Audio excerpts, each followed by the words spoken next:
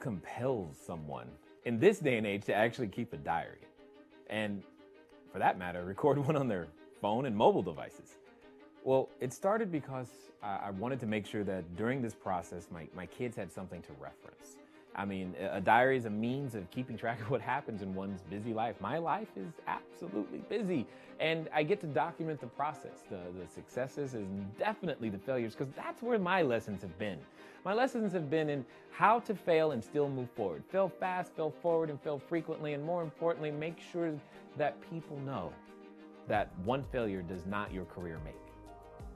We also get to celebrate the successes, and that's one of the things that I like documenting. As I want to document the wins, some of the ones that are hard fought, the ones that take forever, the ones you hope that happened that took too long, the ones that just didn't happen in the time frame that you had hoped. But these are the reasons we work so hard. At the end of the day, it's $1 to begin to find out, if this is something that fits for you. You get the opportunity to see the inside of what's going on as we continue on our journey to get to the 1,000 units and the 1,000,000 square feet and finish the larger transactions you don't often get to hear about until they're done. You don't often see what goes on behind the scenes and the stress and the mess, and then more importantly, the success that is developed over time through successive mistakes.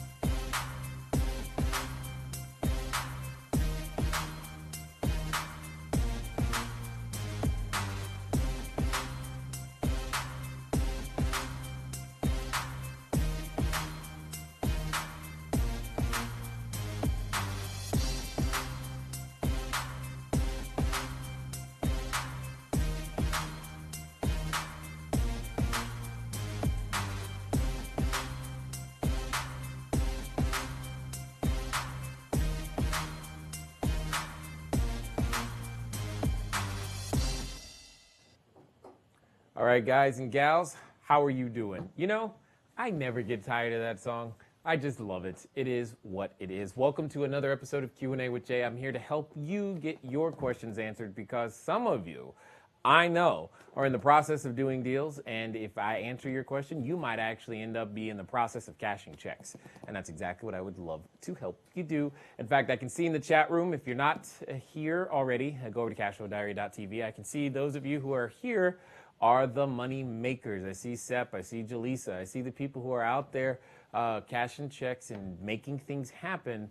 I appreciate the fact that you guys keep showing up. It's like the people who don't need to show up because they are making money are the ones that are here, which I think is awesome. And those who do, well, aren't. Anyway, it's all good. Hey, do me a favor. Why don't you tell a friend right now on Facebook, hey, you need to come watch this over here at cashflowdiary.tv because the next hour, they're not doing anything that's going to help them earn even a dollar more than what they were planning on doing. So they might as well watch this. What do you think? Yeah, join me. Do that. So for those who are joining us the first time, welcome. 101st time. I don't think we've done 100 yet, but either way, welcome. I am here to answer your questions, give you a leg up when it comes to this real estate game. I've done hundreds of transactions in many different states, commercial, residential, cell phone tower, resort. We're doing all kinds of stuff, which is awesome and exciting. We've raised lots of capital. Hopefully I can answer your question. And if I can't, well, then you're just out of luck. No, I'm just kidding. We will do our best to answer your question. But if I can't, I will at least direct you in the direction you should go. But for the most part, I think I'll be able to help. If you haven't already, go over to cashflowdiarypodcast.com, cashflowdiarypodcast.com. That is our podcast. We come out every Monday and Thursday. You want to meet new killer entrepreneurs who are out there killing it with cash flow? Then you need to be a subscriber to the podcast because that's where they're going to be. A couple of things just so that everyone knows about the ground rules here. I don't typically look at all the questions ahead of time. I don't really care what you're asking me. Those of you who are joining live, start typing because I can tell that we only have a few questions that have been sent in ahead of time today. Maybe that means there was a lot of people who were just planning on showing up live and they were going to just type their question, whatever it is. That's great. So get to typing now. And speaking of typing, I know a couple weeks ago we talked about I was asking you, hey, what do you want to know about apartment and multifamily investing? Well, the good news is, more good news is coming. And I've already answered all of those older questions that you've sent in. And it's going to be put into a nice little neat ebook for you. Make sure that you go over to cashflowdiary.com/multifamily. Let me write that down. Where am I going to write that? Right here. So it's Cashflow Diary, cashflowdiary.com/multifamily. Did I spell that right, Scott? Yeah. All right. Perfect. So cashflowdiary.com/multifamily. Go there. If you haven't already submitted a question or two, or if you're like SEP 12, by all means, go ahead and type another question, and we'll do our best to see if we can still get it into the ebook, because this is your opportunity to plug me, ask me, whatever question you want, because we're getting focused here on apartment buildings, and make sure that you can get that question. We will do our best to get that question answered into the ebook. And again, something special is coming for all of those of you who have already requested the ebook and or information. We have a benefit sheet that you've never seen. We've got a new ebook coming out, and it's all going to be related towards apartment investing. And I'm going to give you a little secret. You're going to want to save the date on Monday the 20th.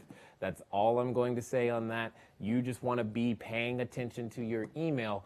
For those of you who have already asked for the ebook, etc., you want to make sure Monday the 20th is completely available, and you're going to be excited with what it is that we have cooking over here. It's going to be excellent as well as awesome.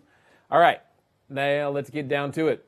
As you can see here, some of you may have noticed, maybe not, we've gone through we'll call it a facelift. If you can have a facelift at the age of 39, we've had a facelift. Our website has had a facelift. It looks completely different. Many of you know that guy there on the website. So hopefully you like it. The goal is to make it easier to navigate, easier for you to get to the information that you want. We will be having more written as well as visual content for you to look at as well. So I want to make sure that you can hear us, watch us, as well as read us, either way it goes, so that you have the opportunity to gain the information, or at least access to some of the information that you need to go out there and be successful. All right, so we're back onto the questions, and I see lots of typing in the chat room, so keep typing. Make sure you type in those multifamily questions. Make sure that if you're typing in one of those questions for multifamily, like you put multifamily in brackets. That way we know to capture that, and we'll make sure that makes it to the ebook. But for those of you who are on cashflowdiary.tv, again, like I said, just go ahead and type in your questions. Start now, because I can tell that we don't have a lot of questions today that have been sent in. So the likelihood of your question not only getting answered, but me investing more time on that question is higher today simply because, hey, that's just the way it goes sometimes with live stuff. All right. Let's see. Tim says, I have a seller that lives in the state of California and owns 4 houses here in Phoenix, Arizona. After talking to the seller, they want to sell 1 house per year. They are looking to retire or simply not want to manage property. They asked them what would be a selling price for the property that will become vacant this month and was told 300 grand. I explained to them the comps in the area support 160. I talked to the seller about possible and they are open to the idea. My question is, how do you talk to the seller that wants a home at California prices when the price they want is not even close to the value of the property? Got it. Tim, a couple of things I just want to point out for everybody before we go too far. Understand how you speak about things talks about your perception, and it sets up certain expectations. By saying the words, I have a seller, or saying the words, I have a deal, you set yourself up for the possibility of losing something. Let's be real. You don't really have anything yet. It's not yours. It's not, when you say you have a deal, well, if you say you have a deal to me, that means the property is under contract and you're the only one that can buy it. You have a deal. Okay, cool. Now you've got something at risk. Until then, you just have an idea. You have an idea. So at this moment, Tim, you know a guy that lives in California, owns 4 houses in Phoenix, and they want to sell a house per year. Now, when you talk about selling a house per year, before we even get any further, I want to know, how did they come to that idea? That's the first place where I'm going to ask those 2 magic words. How many of you know what they are? See, you're probably thinking them right now. Really? Why? Those are the 2 magic words I want to know. Like, why 1 house per year? Because as soon as I know they've got 4, I'm going to try to bid for all 4. And if they don't have a reason, they got to have an interesting reason to only want to sell 1 a year. And my guess is it's tax related, but I don't know. So I want to know what that is. And if they're looking to retire and they don't want to manage property, great. That's going to be a great setup for some sort of creative financing strategy, which is exactly what you're talking about. And again, if you're going to talk about possible creative financing, that's great. How do you talk to the seller? How do I talk to the seller? The price, again, I want you to separate you guys from 2 things. Sometimes we get too focused on price, and what you really should be focused on versus, and some of you know the word that's coming right now, it's terms. Okay? Price versus terms. He wants $300,000. So, okay, give him $300,000. $1 a month for 300,000 months, right? That's the same thing. That's what I'm referring to. So in this particular case, focus on the terms to get a discounted cash flow. So let me show you what I mean and why that's so valuable to you, Tim. Let me show you. All right, let's see. What we're going to do is I'm going to run some math as soon as I find the calculator. So let's just say, yeah. Tim's in the chat and he's saying, oh, for tax reasons is the only thing that they told him. Yeah, that's what the tax. Yeah, okay, Tim. Yeah, for tax reasons, that makes sense. But if tax reasons is the reason they want to only sell 1 a year, that's even more of a reason to sell all of them in 1 year and carry paper, and that's just going to require a lot more math. But here's some of the beginnings of reasons why you want to do that. So let's look at that. Say you paid $300,000 for that property. So that's what we're doing here, is that I'm just putting in the numbers. And for the sake of arguments, let's say they were really willing to do $1 a month. And for the sake of argument, we're just going to say it's going to take 300,000 months. You see that? $1 a month for 300,000 months. It's 0% interest. You're like, ain't nobody doing that. You're probably right. But my point is that I just want to illustrate something. If you said that, what the question is what is this worth in today's money? Today's money, all right? In this particular case, you end up purchasing it in today's money at a very significant discount, to say the least. So let's just assume that today's money is has an inflation rate of something as small as 4%. and we have a calculator crash. That was awesome. That's just how good it is. Once you come up with the discount, is that it crashes the calculator. That was pretty funny, actually. So let's try that again. 300,000. Boom. Oh, clear it all. 300,000. That was pretty funny. All right, we're gonna do 0 here. We're gonna do $1 a month. It's gonna be paid off 300,000 months. Perfect. Now we're gonna add 4%, and we keep crashing the calculator, so I won't be able to do the math. That's unfortunate. Long story short, what I am trying to illustrate to you is something called net present value. Net present value. And when you do a net present value calculation, you'll find that, yeah, you gave him $300,000. The tax roll says $300,000. But $300,000 today versus $300,000 300 months from now, those are two different dollar amounts. Just ask anyone who's looking to retire what that looks like. You know, they thought $40,000 30 years ago was actually something. Today, it's nothing. And this is what we're playing. We're playing off the time value of money. So keep that in mind as you're going forward. And I understand, yeah, tax reasons would be the only thing that I could think of that makes sense. So all I'm going to do is I'm going to figure out a way to get them as close to their number as possible so I don't get hung up on the number. If they're hung up on 300 grand, awesome. Yeah, I'm gonna do my best to start there. And again, you don't want to fight with the seller. So instead of trying to prove that you're right and getting them to accept it, what you do is you align yourself with the seller. You go, okay, cool. I'm not even going to bring up an objection at that first 300. I'm going to say, okay, great. Let's go over to the house and let's begin to look at it. And then I'm going to come up with 3 ways that I can purchase your property. And then I'm going to show them 3 ways that I can purchase your property. One of those ways is going to be $300,000 at some ridiculous terms that make sense for me, but it gets him his $300,000 like he asked for. Now, the other 2 ways, or one of those other 2 ways, is likely what he's going to be willing to accept. So, and my typical formula for those who are inside of our wholesaling course, Tim, as you already know, is A is going to be an all-cash offer. B is going to be the one that I want them to accept. It's going to be some combination of cash today and cash over time. And then that last one is going to be that ridiculous, in this case, ridiculous $300,000 offer that makes it all work. Okay, that was a lot of talking. You got it. All right, so let's see what's in the chat room. Marvin D. Hey, Jay, what do you do when there are no comps, actually just one, in an area for the last 24 months?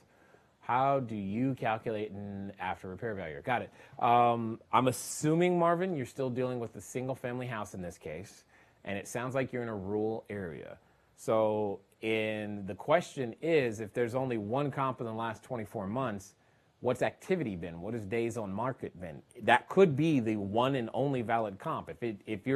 So for example, this can happen in highly custom or high-end areas where you just don't have a lot of turnover, where days on market could be years at a time. And even though it was 2 years ago, that is the most recent comp and is quite kind of valid, but it's a super custom home. This is another interesting situation. Valuation becomes completely subjective at this case. But remember, you're always dealing with one of 3 persons, and it's always how are they going to use the house? Are they living in it? Are they renting it out? Or are they just fixing to flip it? So that's really what I need to know here, or what I would be focused on is how are you or your buyer, depending if you're wholesaling or not, going to end up using it, and that's what I would begin to use to drive my valuation method. Susan, follow-up from last week. Okay, I'm not sure you quite understood what I was asking last week, Jay. I'm worried that the minute I purchase an asset of property, investment, anything worth money, they will seize it to satisfy that lien. That is what I am trying to avoid. I'm trying to hang on to the asset long enough to at least deal with said lien and get it paid and removed. Are you saying that I can safely ignore the lien as I craft the deal and acquire the property, then contact them to get it dealt with once I have the property? I understood exactly what you were saying, and I'm still saying the same thing. I'm saying that even if they seize it to satisfy the lien, then great, the lien is satisfied. Whether you contact them or they contact you, the problem is solved. Now go buy another house. Make sense? All right. Let's see what Haya has to say. if I'm doing a lease option deal, what documents do I need to sign versus the seller versus the optionee buyers? Are the leasing agreement and the option agreement supposed to be within the same agreement, or are they two separate ones? What agreement do I need to prepare for the work I'm doing for or with the seller? Okay, got it. Woo! All right. All right. So, Haya, try not to make this complicated. First of all, this is quite a legal question to some degree, and just as normal, we got that standard disclaimer. I am so not your attorney or financial person or any of those types of things, but I can tell you what has worked best for me and best practices in this particular case. So with that being said, lease option in this case, the way you're using it, it sounds like, and that's what I don't really know. So remember, there's, let's do it this way. Haya, you've got the A to B, and then you've got the B to C transaction. So it makes it more clear, and in all cases, you are B. So what I don't know is, in this transaction, is this where the lease option is, or is this where the lease option is? Lease option is one of those funny things where it could be on both sides. So you could do this with a lease option in both places because it's just a flexible tool. So don't let the tool, like just because you're saying, hey, I want to use a screwdriver, it doesn't change the function of a screwdriver. The screwdriver still screws in, screws. And the lease option in this case has the ability to help you buy and sell something. So the question is, you should buy it low and sell it high. There's not any more complication than that unless you're actually trying to buy the house here. If you're trying to buy the house in the A to B transaction, then maybe it shouldn't be a lease option. I don't know what you're using. And then if you're trying to sell it on a lease option, that's fine. Then that's what you should be using, a lease and an option agreement. So typically, for me, I like to separate those two as opposed to having them both be combined, because what you want to avoid here is equitable interest given to party number C, or party number C, party letter C. You know what I meant. Anyway, so that's how I would tend to play that one. So keep that in mind as you go forward. So let's see, what do we have next? Josh, wholesaling course, excellent. One question I have is related to logistics, okay? If I have a goal of $2 million annually in passive income from real estate, am I supposed to calculate the sweat equity cost? I.e. my salary currently divided by the hours I think it will take to get there. Josh, I so hope you're watching right now because I don't understand your question at all.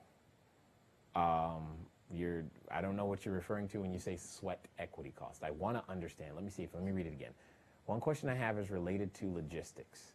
If I have a goal of $2 million annually in passive income from real estate, am I supposed to calculate the sweat equity cost, i.e. my salary divided by the hours I think it takes to get it? No, Josh, but I will show you how to do some math, okay?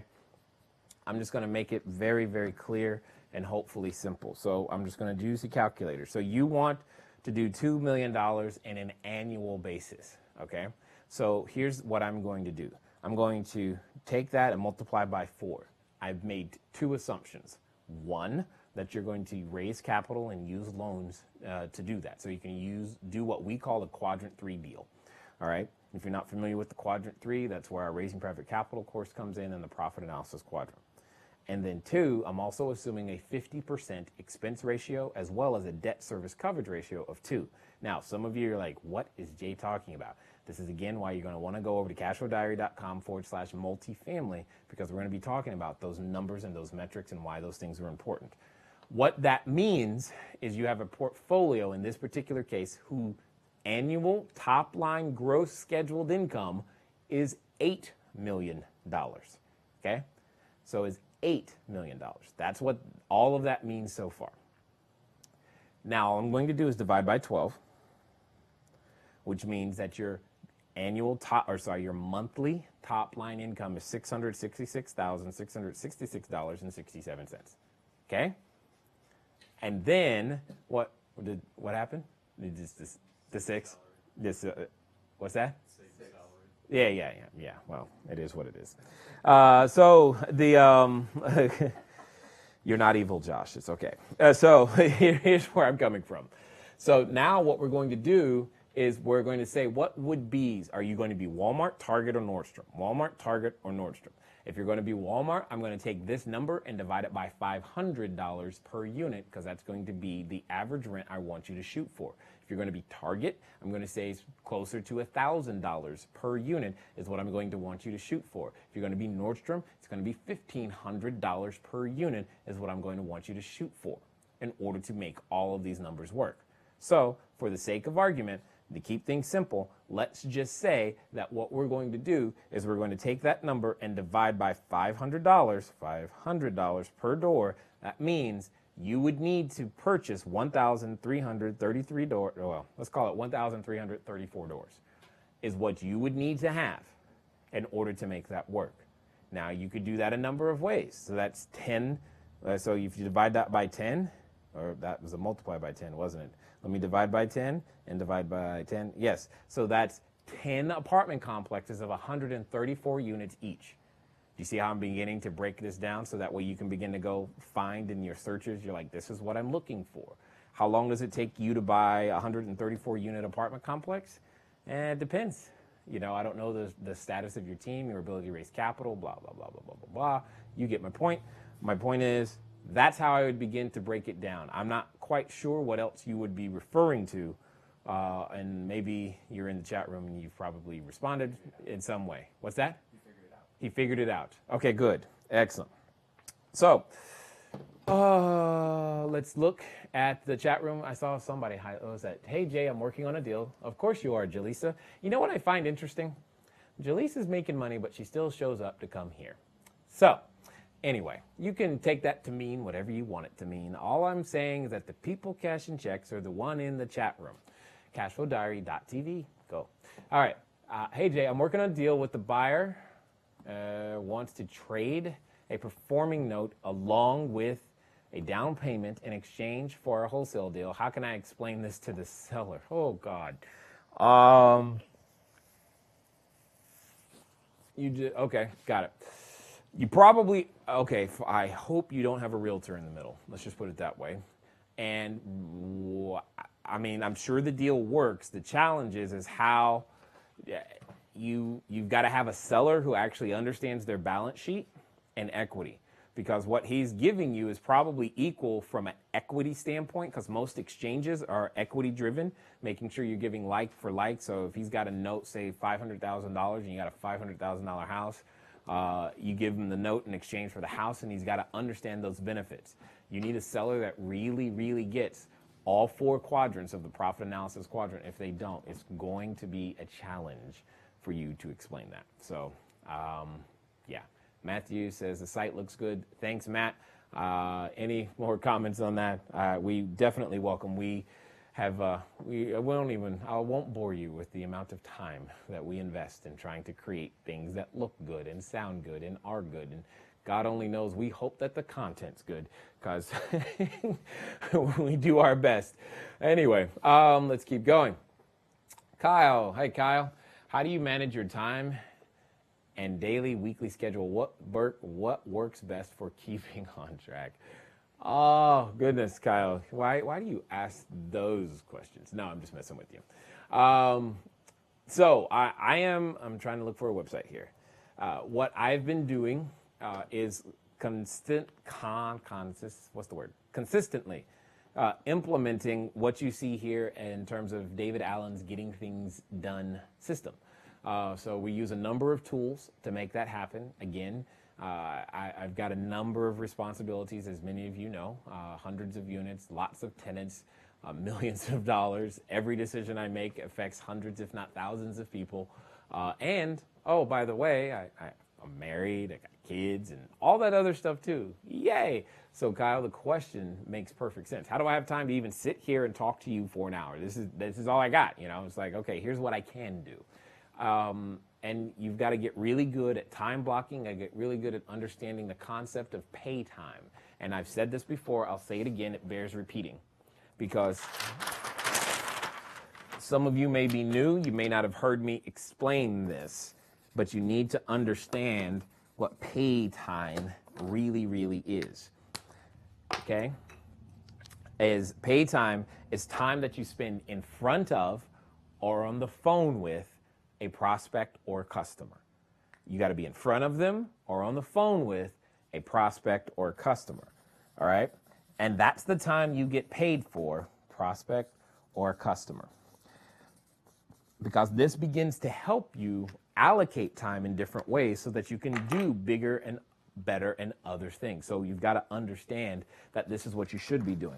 The next thing that you've got to understand when it comes to getting your time on straight is you got to learn how to invest your labor.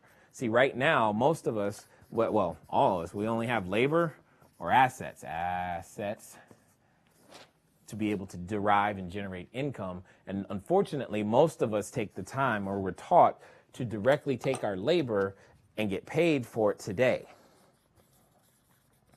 But what I'm asking you to do is to learn to take your labor and build an asset, and then have the asset continually pay you 24 hours a day, every day.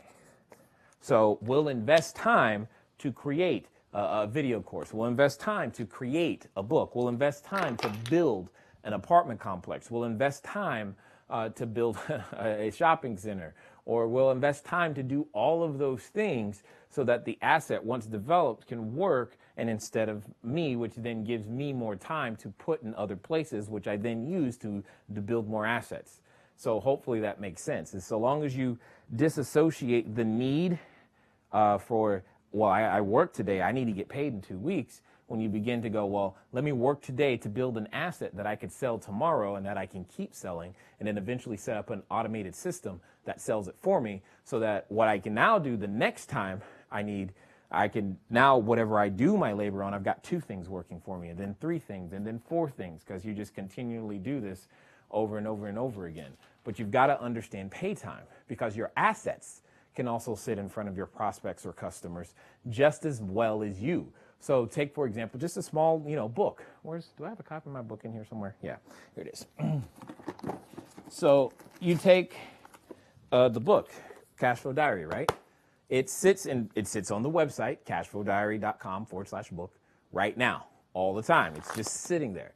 I don't know how many copies we're selling a month right now, but even if it's just 1 copy, that I wasn't sitting directly in front of the person, and I was able to still be able to generate, because we only make a few dollars, if that, especially after ad costs. Anyway, the point is, the book is there. And once you begin to have 1 asset, you can take the time and develop a second, take the time and develop a third. And the same thing is true with single family, multifamily, as well as commercial buildings, cell phone towers, resorts, and everything else real estate related, which is why I'm excited about what we're doing along the multifamily side, is because it's a faster way to gain velocity, to build more assets and units of production faster, which is why if you haven't gone to cashflowdiary.com/multifamily, I promise you, because we have people who email me today, you're going to wish you were a part of what we have going. Because, and I'm not saying that to brag or anything. Here's why I'm saying it. Because I still get emails today of people who wish they were a part of the things that we did when I was talking about wholesaling, when I was talking about raising private capital, and all these other things that you now have access to in terms of the video courses, etc. That's also a hint of what's coming if you read in between those lines. And what I'm saying to you is you're going to want to make sure that you're over there and that you're a part of cashflowdiary.com/multifamily. Get the ebook, start preparing, getting your mindset straight so that I can help you build some assets, and you can begin doing this so that instead of having to trade your labor for time and money, you can do something completely different with your time and continue to build more and more assets instead. I think that'll help you a lot. All right. Woohoo! Let's see what we got. I know Rosalind has a question. Wholesaling, I am curious. Are there books or tapes that taught you these softening statements and the carefrontation techniques? Okay, carefrontation is a word that I need to trademark. I think actually we've already submitted the application or something like that. It's just, that's my word. I don't know where it came. Carefrontation is what I call it. If so, could you recommend them to anyone? This would be helpful for talking to people who are under stress or non-trusting of the process. You are correct, Rosalind. Softening statements. Softening statements is, let me see, we redesigned the site and I don't know where the books are. They're not there. Okay, new site. So let me think. Let me go to Amazon then, because I can do that. You can't teach your kid. Yes, what did that come up? Kid. Did it come up? Yes, there it is, right there. You can't teach your kid to ride a bike at a seminar. That would be the book / system, etc., that I would begin to start with if you're trying to get a handle on softening statements. And yeah, there you go. That's the easiest, lowest hanging fruit way I can tell you. I can also tell you that inside my, what did we call it? How to double your leads, triple your sales in a quarter of the time while eliminating your marketing budget. Code for how to sell course. We go over that a ton so that you have the ability to use it along with worksheets, etc., etc., etc. That is, we're actually almost done producing that, so it'll be soon available. We've got obviously the recording, but it's all the help files that's going along with it. And then we did something very unique with this course that I've never done before. I'm kind of scared to some degree, nervous to see what's going to happen, is that we've actually recorded me talking to live customers and prospects, and you can hear me. Now, we bleeped out the sensitive information and changed their voice, but you hear my voice, right? So we changed their voice. So, but at the end of the day, you can hear me in actual sales situations, do what I do. So for those who eventually want the sales course, that's what's going to be in it, and I think it's going to be awesome. What'd you say? Email? Oh, you want them to email? Okay, so send an email, put the word sales course at the top to info@cashflowdiary.com. Jay, Kyle, I get so much use value out of your raising capital presentation, so thanks again. You're welcome, Kyle. What do you prefer, equity share with a preferred return to investors or fixed debt at 7? It depends on the play, Kyle. So I don't have a preference. I prefer to serve the customer. That's honestly the truth. So if the customer needs fixed debt at 7, I have a way to deal with that. If the customer prefers, and I've never done a preferred return. I just don't like preferred returns. But an equity share, sure, no problem. Those are fine too. So, and it is hyper deal dependent. It depends on what my Q1 play is. I don't know what my Q1 play is going to be every time, and I don't know who they are and what they need. So once you begin to put all that together, then I can begin to go, okay, here's what I think is best. At the end of the day, I want to provide clean, safe, affordable housing to people that need it when it matters most, and that's what we do. Let's see. And if it depends on the deal, could you give an example of when you would use each? Yeah, sure. Okay, so an equity share is going to be when I'm building something long-term because I don't want the fixed expenses. A fixed debt is going to be something that's kind of probably already operating, and I know that the person is older and needs a predictable stream of income. So those are going to be probably the two most common times when that's going to come up. Oh, look, it's Sep who's asking a question. So Sep is finding the time to not do everything. Okay, that's weird. So you're out of time to not do everything. Improving my delegation abilities, hiring a CFO, bookkeeper, virtual assistant, finding partners that think win-win. Well, that last one, finding partners that think win-win, that's easy. Go play cash flow. You can interview them while they play. You're like, I thought they were teaching them how to play. Yes, you are, but you're really interviewing, looking for potential partners because people are exposing themselves while, and that sounded really bad, but they're showing you who they really are by the way they play the game. So keep that in mind. Now, Sep, you are one of those lucky individuals who I know is a Cash Flow Diary Foundation member already, so you're going to really love what I'm about to tell you. You're saying finding the time not to do everything, improving your delegation abilities, hiring the team members that you need. Guess what we're doing? We are going to be interviewing not just the CFO, but the entire Cashflow Diary team from beginning to end, including the guys behind the camera, so that you, whatever it is that you're looking to go out there and get things done with, we're going to do our best to bring them to you. Now, here's the fun part. It's only going to be available to those who are Cashflow Diary Founders members. So, Seth, you're already one. Don't even worry about it. But if you're like, dude, I want to make sure I'm in on that, you're going to want to click the link below this video, become a Cashflow Diary Founders member, and you too will have access to it along with all the other stuff that you're getting inside the membership. Just know that I've heard you loud and clear. I'm having trouble with team, and we're going to do our best to solve the team issue and keep it very affordable, i.e. $47 a month. Are you kidding? So imagine the idea of knowing from each one of my team members how to find them, how to build them, questions to ask, so you can find a killer team just as good, if not better, than the one that I found as well. So keep that in mind, Seth. I understand. What's this? Jay, the site looks even more Nordstrom now. Oh, Kyle, yes, thank you. That's right. Are you trying to say I was in Walmart before? That's all good. It's all good. All good. We're doing our best, Kyle. We're doing our best to get there. We are trying. Remember, you get in where you fit in. Where you start is not where you stay. You can start at Walmart. That doesn't mean you have to stay at Walmart. You eventually get over to Nordstrom. I will let Jacob know that you like what he has done. He has done a killer job on making it look as awesome as well. Jaleesa, Jay, is there any software recommendations you could suggest to use for comps? No. However, it only has selected states. There's not, when it comes to comps, I don't know of anything that's going to cover the entire world and or just the U.S.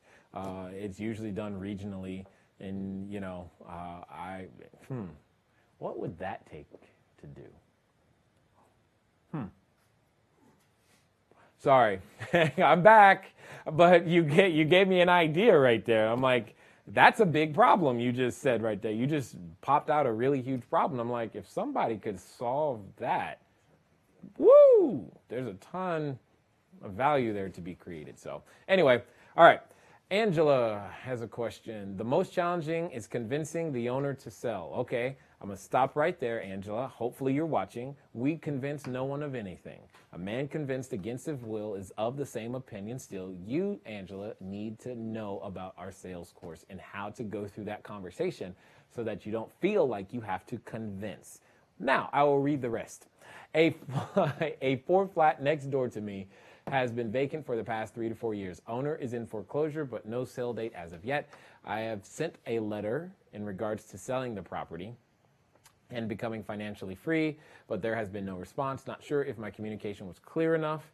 I can only figure that the owner has received several communications regarding the selling the property due to there being a lot of admirers. But as for now, my neighbors are a family of raccoons. Nice. Okay, well, here's the good news, Angela. I'm going to tell you how to get in front of the seller. You've got a couple of options. If you sent a letter, that means you know where they live. Go knock on the door. Stalk them if you have to. Go knock on the door. And now they can't hide. They can talk to you. Get on the phone.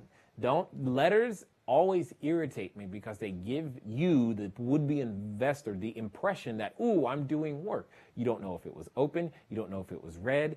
Think about what happens when you open your mail. Most of you, if you are honest, you open your mail over the round filing cabinet, also known as the trash can. So, okay, so and then you're wondering, how come no one's responding? You sent one letter and you're actually expecting a response? Let's talk about reality. Reality is that you got to send hundreds and you might get 2. And it is never going to be the 2 you want. It's going to be the 2 that are no deals. I mean, okay, I'm going to stop ranting. It's just letters are not my favorite thing, and you sit there and you wait and you wait and you wait and you're like, how come? And I spent this money, and you like, did I use the wrong word? Did I make them mad? And you don't know because you can't get any feedback. Get on the phone, get in front of them. And if that doesn't work, go over aggressive. Put a sign in their front yard that says for sale with your phone number, and I promise you they're going to call. All right, next. Kyle says, Jay, can you do a full amortization schedule inside an equity share? No, Kyle, those are two diametrically opposed things, because typically if I'm going to do an equity share, I'm not using quadrant 3, and there is no amortization unless I'm combining amortization or a quadrant 3 deal along the equity share along with bank financing. So yeah, there you go. Dave, learning about and finding and using OPM. I want to start getting into real estate and investing as soon as possible. I have an ideal property in mind. I just need the upfront finances to get it going. Dave, you need an offer.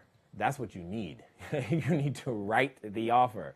You don't need the finances until the day they say, hey, we're ready to close. Now, with that being said, here's what I'm going to ask you to do, Dave. Go over to, I'm going to ask you to go over to youtube.com. Oh, goodness. Let me log out again. youtube.com, sign out. Okay, so go over to youtube.com and you're going to type in raising private, I probably spelled that wrong, capital, see what comes up. Hey, we're still there, look at that. Boom. So you're going to watch this. It's 97 minutes, and inside that 97 minutes, I'm going to give you some complimentary information about how to raise private capital using profit analysis quadrant, the conversation necessary, and even introduce you to a special someone who's been able to raise millions of dollars using this information. So, and then you're going to click this link right here, cashflowdiary.com/find money, and you will have a fatal error. Interesting. Something to get fixed. So, cashflowdiary.com/find money is what we'll need to fix. But when you click it, we'll have it fixed. And what will happen is that you'll be able to go ahead and take advantage of our Raising Private Capital course to go out there and begin learning the process necessary to, well, raise private capital. Okay, going back. Tyler, hey Tyler, hopefully the boat isn't rocking too hard. I have pain and need your help. Uh-oh, I have a 20-plus hour drive, 20-hour drive home starting October 22nd. Will I be able to listen to your audio book during my long drive? Ooh, we're getting really close, Tyler. It's possible. Let me put it that way. I can't make the guarantee yet. It's possible. It is possible. It is absolutely possible, Tyler. We'll see. I will do my best, but we'll see. I don't have the final dates yet, but we're really close. I get stuck at times, and I don't know where to find the solutions I need, and I need to learn how to forecast market cycles. Okay, Nick. I am not a prognosticator. Is that the right word? Did I say it right? Prognosticator? I think so. I am not Nostradamus. That's what I'm saying. I don't know the future. Very few people do.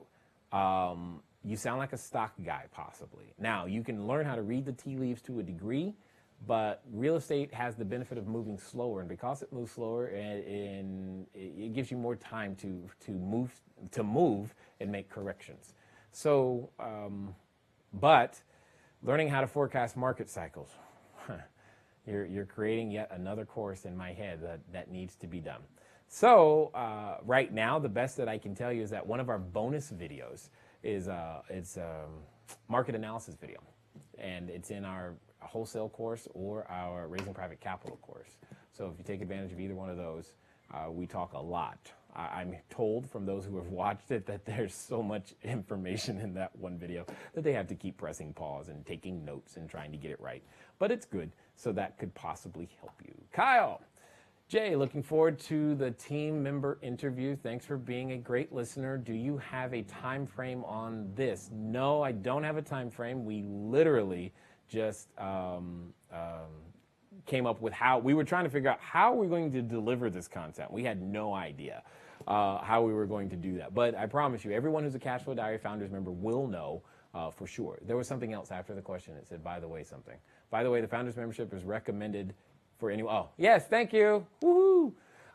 So yeah, all those of you who are Founders members, you're totally going to be well taken care of in this process. So just keep that in mind. Matthew, hey, Matt. I have a property that I am trying to flip. I'm factoring in average days on market and repair cost. Am I missing anything? Probably. Next question. No.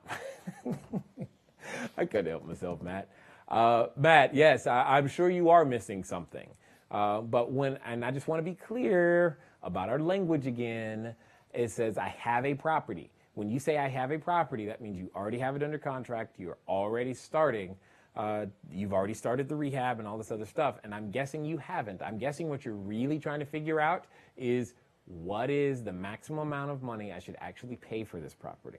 So you're going to take those repair costs. You're going to look at days on market. Those days on market are going to tell you what the cost of money is going to be. Meaning, if you've got to borrow money, hard money, short-term money, what's that cost of that money going to be? You also have your transaction cost, okay? And all of these things are things that are going to get added up into there, and you're going to need at least a 10% contingency. And because you're relatively new, Matthew, I'm going to bump that to 15%, maybe even as high as 20%, to make sure that you have enough to cover all the things that you don't know, and I don't know that you don't know because I can't see the deal you're talking about, but most likely you're forgetting a lot of some things. So I repeat, you do your first deal for experience, not profit. Keep that in mind. Karen's got a question that says, understanding how closing a deal works.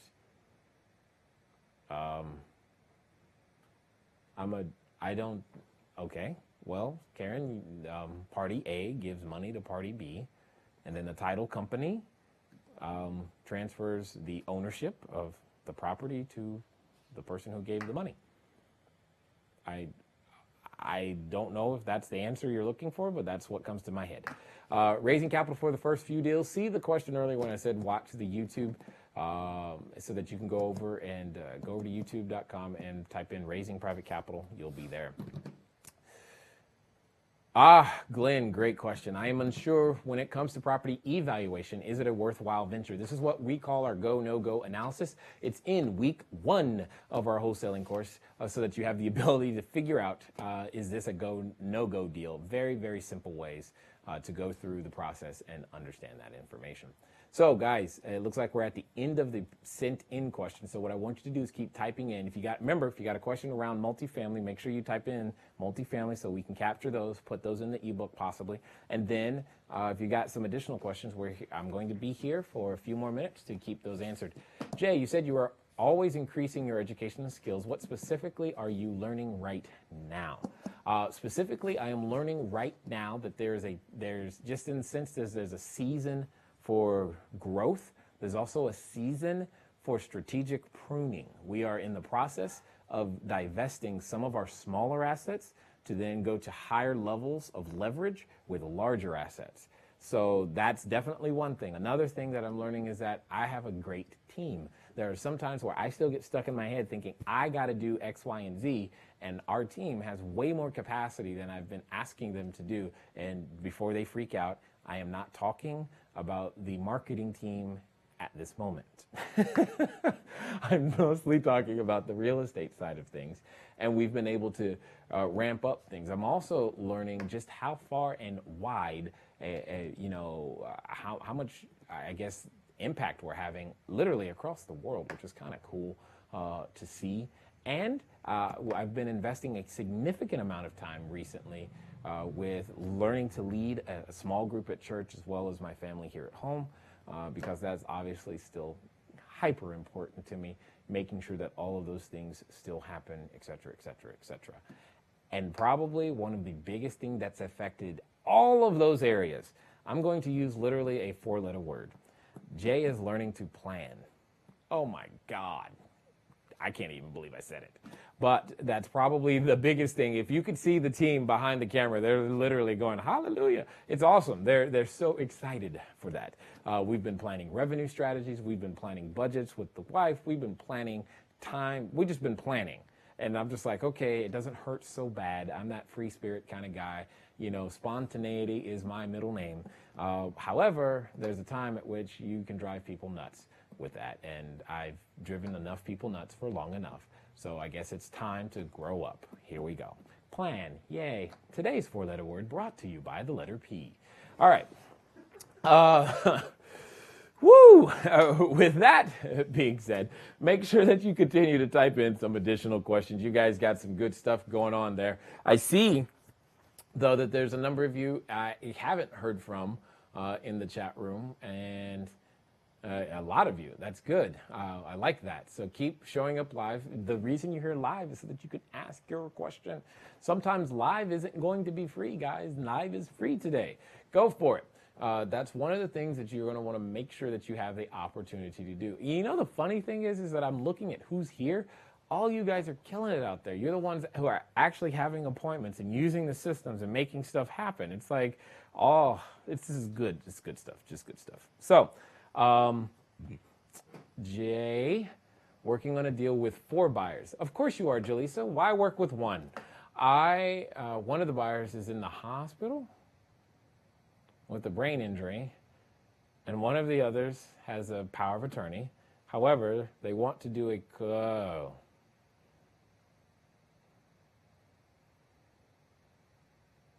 Okay, you're asking a legal question here.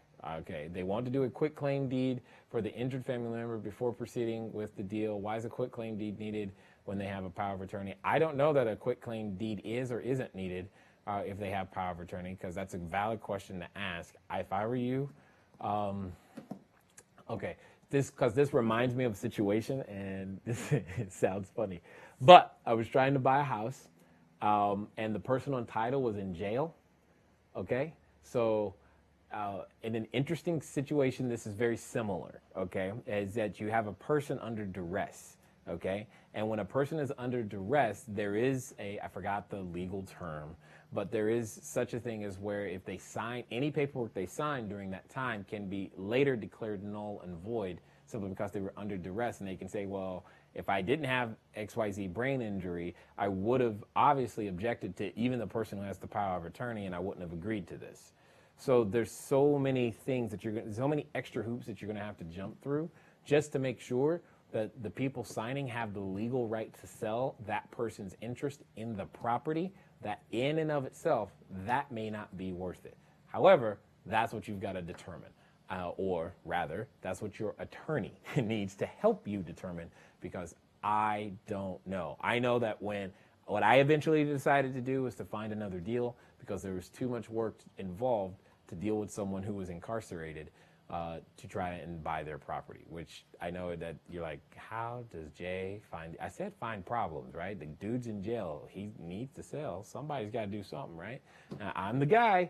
The point is you've got to figure that out if they have the legal right to sell, and that's the issue that can come up for you. Jay, would you syndicate a deal? Yes, with good found equity if there was only 5 days due diligence available and 30 close required by the seller. If I was confident that I had enough of, I mean, one of the other things, Seth, that you got to understand that I like about real estate is that it's forgiving. You know, it's just forgiving at the end of the day. That I don't, you know, if you buy it low enough, you don't need, I mean, you're kind of pricing that in, right? If it's got good found equity, you're pricing that in, that there's a lot that you don't know that you don't know. That's the whole point, you know, so that when you find out, it doesn't hurt too bad.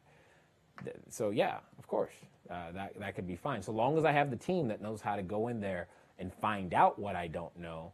Let me see, you said, if I've got 5 days due diligence available, cool. Here's a couple of things I'm going to stack on top of each other. And for those of you who haven't already, and I know I'm plugging it again, go to cashflowdiary.com/multifamily. You're going to learn here's today's ninja secret. You had to wait the entire time to get to the ninja secret. Here it is. I'm going to use 5 days due diligence. No, oh, Matthew just asked for the ninja secret. That's pretty funny. Okay, so here's what I'm going to do, Sep. I'm going to say, yeah, no problem. Give them the 5 days due diligence. Due diligence period doesn't begin until buyer I receive all requested documentation and I have acknowledged so in writing. So I have no problem with that. Cool, 5 days, no problem. The period doesn't begin until I receive everything I'm asking for from you. And that's more than fair. He wants 5 days. Great, no problem. I don't want those 5 days to be spent me asking you for paperwork that you know I need, and then my 5 days are gone. So here's how we're going to do it. I have no problem with your 5 days, but it doesn't begin until you give me everything that I'm asking for. And then once you give me everything I'm asking for, and then I acknowledge that I've received it, that's when the 5 days begin. Usually that's more than enough time to get everything that you need done. So hopefully that helps. Holy cow. Here's Ryan. Hey, Ryan. Sep and I have the opportunity to do this deal, separate parcels for each condo. I don't like it already. It's a condo, but I'll keep going. All 2-bed, 1.5 at 900 square feet. Market rents at $600 a unit. Okay. There's nothing about this that I like so far. How many units? Scroll back up. For each condo. All 2 beds, 1.5 baths at 900 square feet, $600 a unit.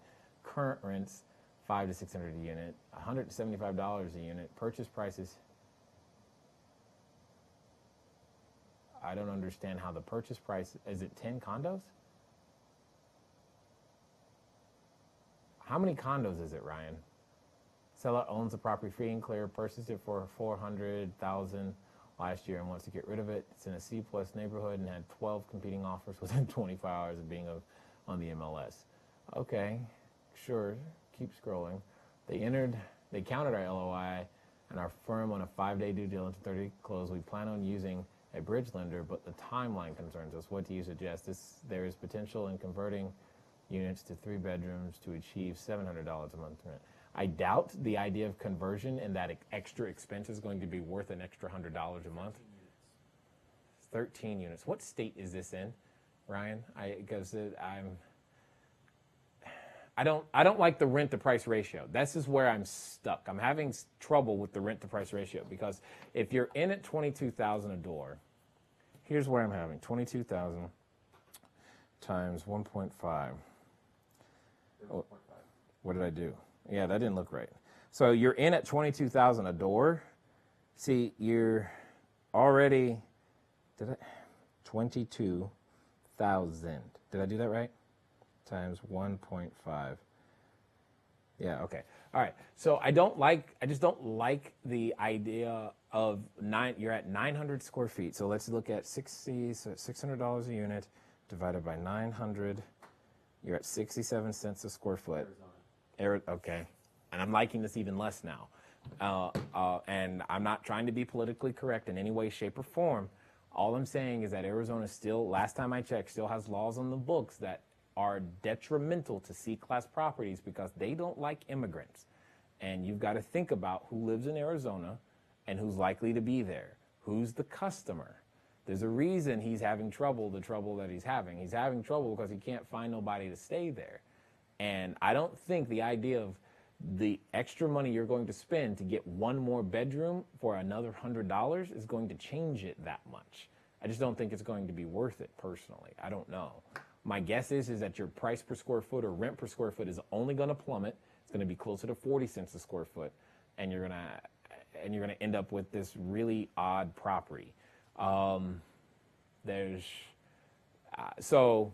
now that I understand fully what's going on, Sep, on one hand, I don't mind a 5-day, but I don't like this deal, and I definitely don't like HOAs. You guys know that about me. I don't like HOAs. I don't like condos. I don't like, because the customer, and it's only 13 units. Are you kidding me? It's not enough, in my opinion, relative to the risk, because you've got to make all those things happen. You're holding up one finger. Oh, 1 minute left. Okay, Jay. Idea for multifamily course is a sample copy of your business plan presentations that you send to investors, team market presentations. Kyle, that's why you're going to want to be there. That's all I'm going to say. That's all I'm going to say on that. Is that all we got?